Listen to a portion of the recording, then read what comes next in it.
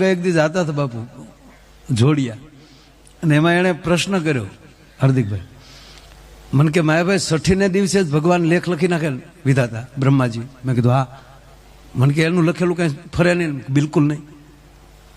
તો મને કે પછી આપણે ભક્તિ શું કામ કરવી જોઈએ, ગુરુ શું કામ ધારવા જોઈએ, મંદિર શું કામ, જે થવાનું એ થવાનું છે? મેં ના, એ લખી નાખે છે, પણ ગુરુ મહારાજની કૃપા થાય તો હેતુ ફેર કરી નાખે છે. પછી મેં એને મારો દાખલો દીધો, મારો ને કીર્તિદાનભાઈ. હું કહું અમારા તો લેખમાં એવા જ લખ્યા હશે ને કે તમારે રોજ રાતે જાગવાનું, એકલા જાગવાનું, આખા ગામને જગાડવાનું, એ ગામમાં લઈ તમારે 10-15 લાખ રૂપિયા ઉપાડી લેવાના, આગળ પાછળ કારક પોલીસ હશે,